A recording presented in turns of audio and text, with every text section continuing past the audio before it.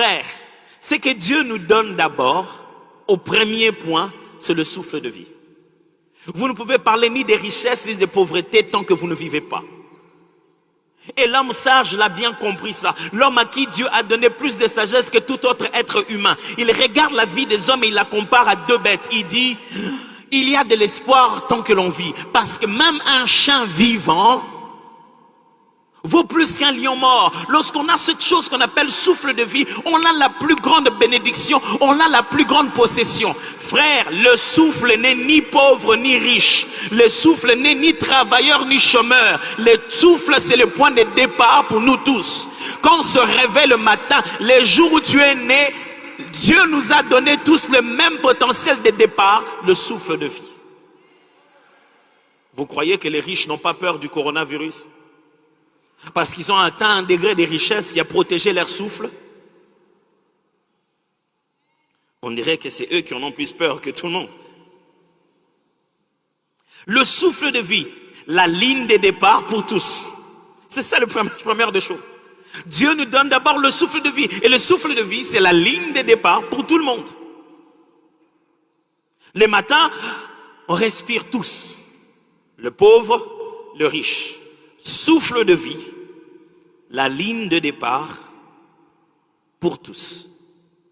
Tout le monde dit, oh Seigneur, bénis-nous.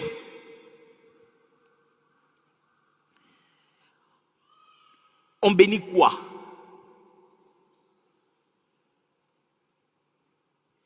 La bénédiction est un amplificateur. C'est la faveur qui tourne tous les éléments utiles dans la direction de notre bonheur. C'est une faveur que tu obtiens qui fait maintenant que tout ce dont tu as besoin puisse facilement se tourner vers toi. La bénédiction est un amplificateur. Elle n'est pas la voix en elle-même, ni les messages.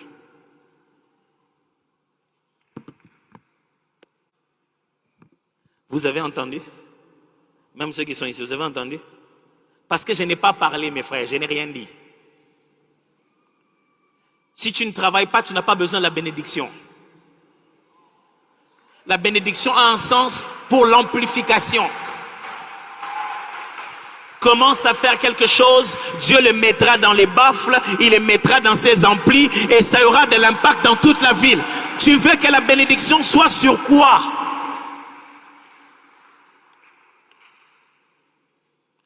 Pasteur, priez pour moi, bénissez-moi. Ok? Que les saints te bénissent. Tu vas en faire quoi? Parce que la bénédiction, c'est pour le mouvement. C'est pour l'action. Tu en feras quoi?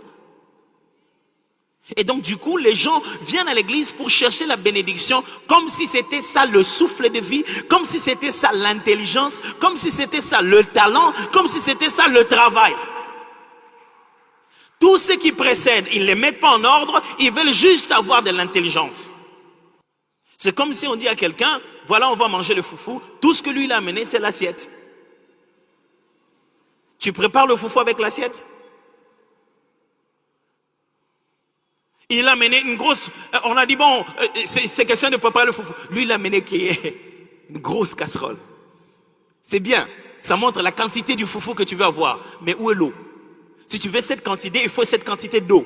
Il faut cette quantité. Si tu veux cette quantité, il faut la chaleur, le feu qui va avec ça. Frère, si tu veux une grosse bénédiction, ça demande beaucoup de travail, ça demande beaucoup de concentration sur ton intelligence. Ça te demande de multiplier ton talent, ça te demande de prendre du temps dans ton travail et tu verras que Dieu, il bénit vraiment. Quand Dieu dit dans la Bible, il dit, je bénirai l'œuvre de tes mains. Pas la tête quand tu le mets sous ma main. C'est pourquoi tu as le droit d'aller voir Dieu et dire, Dieu, si je suis là à ne rien faire, ce n'est pas bien. Tu as donné à l'homme le travail, où est le mien? Aide-moi à raisonner intelligent jusqu'à arriver à une créativité pour travailler. Proverbe chapitre 12, verset 27 dit, le paresseux ne rôtit pas son gibier, mais le précieux travail d'un homme, c'est l'activité. Le précieux trésor d'un homme, c'est l'activité. Il dit ceci littéralement. Le paresseux va à la chasse. Il tue un animal, mais il n'a même pas le temps de le préparer. Il amène sa laisse là, il n'a rien, il sait quoi faire. C'est-à-dire, celui qui est paresseux, même quand il a un trésor, il ne sait pas en jouir. Il a tué l'animal. Le gibier est venu. Mais il est tellement paresseux qu'il ne sait pas allumer le feu pour pouvoir manger. C'est-à-dire que le paresseux a une richesse, mais qu'il ne sait pas exploiter. Proverbe chapitre 13, verset 4. L'âme du paresseux a des désirs. J'aime bien ça. Le cœur de celui qui ne travaille pas a beaucoup de besoins. Il a trop de projets qu'il ne peut satisfaire. Mais l'âme des hommes diligents sera rassasiée. Ça veut dire l'âme de celui qui travaille obtiendra la chose qu'il cherche. Ce n'est pas à force de désirer avoir que vous aurez, c'est à force de travailler pour ça que vous allez l'avoir. Deuxième vérité, tu n'as pas besoin d'argent. Tu as plutôt des besoins que l'argent peut résoudre. Et Dieu peut le faire sans argent. Tu n'as pas besoin d'argent. Ce que tu as plutôt, ce sont des besoins que l'argent peut résoudre. Et vous savez quoi? Dieu peut résoudre ses besoins sans passer par l'argent. C'est ce que Paul est en train de dire. Si nous avons les habits, les vêtements et la nourriture, il n'a pas dit si nous avons l'argent pour manger et l'argent pour acheter les habits. Il a dit si nous pouvons avoir directement nos besoins, cela nous suffit. Frère, quand tu te réveilles un matin, tu n'as pas besoin d'argent. Tu as plutôt des besoins que tu as besoin, que tu veux remplir. Ce n'est pas l'argent qu'il te faut. Si vous commencez à comprendre ça comme ça, vous commencez à comprendre pourquoi nous nous tournons vers Dieu. Sinon, Jésus nous aurait appris en disant, quand vous priez, dites notre Père qui est aux cieux, que ton nom soit sanctifié, que ton règne vienne. Donne-nous aujourd'hui l'argent de ce jour.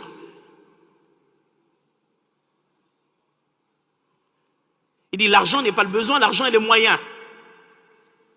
Et c'est pourquoi beaucoup de gens disent, je n'ai rien fait dans ma vie parce que je n'ai pas d'argent. Vraiment. Mes frères, il ne te faut pas de l'argent. Il te faut un moyen pour résoudre tes besoins. Et vous savez quoi? Dieu vous a donné 5 moyens avant de vous donner l'argent. Ce sont ces moyens-là qui vous permettent d'avoir de l'argent. Et quand Dieu se rend compte que tu n'avais pas besoin d'argent, il va passer juste par ces moyens sans avoir l'argent. Regardez, 2 Corinthiens chapitre 9, verset 8. 2 Corinthiens chapitre 9, verset 8. Et Dieu peut vous combler de toutes sortes de grâces, afin que, possédant toujours en toutes choses de quoi satisfaire à vos besoins, vous ayez encore en abondance pour toute bonne œuvre. Je vais y revenir. Ne vous inquiétez de rien. Philippiens chapitre 4, verset 6. Ne vous inquiétez de rien, mais en toutes choses, faites connaître à vos... Revenons encore dans 2 Corinthiens. Et Dieu peut vous combler de toutes sortes de grâces afin que, possédant toujours en toutes choses, de quoi satisfaire à vos besoins. Il n'a pas dit possédant toujours de l'argent. Ce que Dieu vise, ce sont nos besoins. Philippiens alors dit, ne vous inquiétez de rien, mais en toutes choses, faites connaître à Dieu vos besoins. Faites connaître vos besoins à Dieu par des prières et des supplications avec des actions de grâce. Nos prières ne sont pas pour l'argent, mais pour le besoin. Seigneur, je t'en supplie, oh Dieu, si tu me donnes 10 000 $, tu veux en faire. Regardez quand Jésus faisait des miracles. Il ne faisait pas des miracles d'argent. Il faisait des miracles pour fixer le problème. Zachée, Bartimée, l'aveugle-né, tout le monde est là en train de mettre de l'argent. Quand Jésus arrive, il fait un miracle pas pour l'argent, pour son besoin. C'est lui qui a compris Jésus. Il ne va pas lui dire, Jésus, Jésus, mets un peu d'argent. Tout le monde met ici. Il dit, Jésus, Jésus, je viens pour ce que l'argent ne peut pas donner. Parce que ce n'est pas l'argent qui manque, ceux qui souffrent du coronavirus. Ce n'est pas l'argent qui manque, ceux qui meurent à l'hôpital. Ils ont même donné une caution qui dépasse même les traitements qu'on leur donne. Frère, je préfère avoir un Dieu qui résout tous mes besoins que d'avoir de l'argent qui ne résout pas tous mes besoins. Chapitre 4, toujours Philippiens, le verset 19.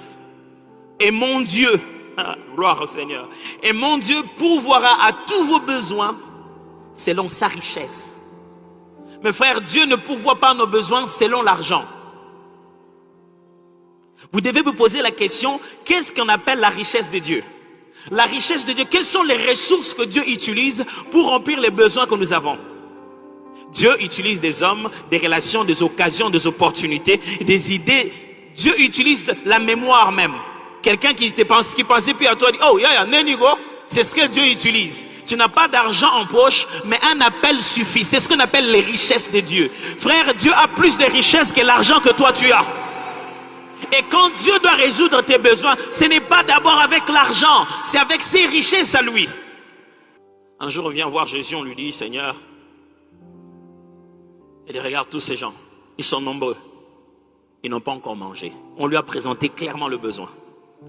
Regardez deux réflexions différentes. Ils disent à Jésus, les gens sont nombreux. Il a dit, donnez-leur vous-même à manger. C'est comme ça que Dieu réfléchit. Leur besoin c'est quoi? Manger, donnez-leur vous-même à manger. Et écoutez comment nous les hommes nous réfléchissons. On dit, Seigneur, même 300 deniers, même le salaire annuel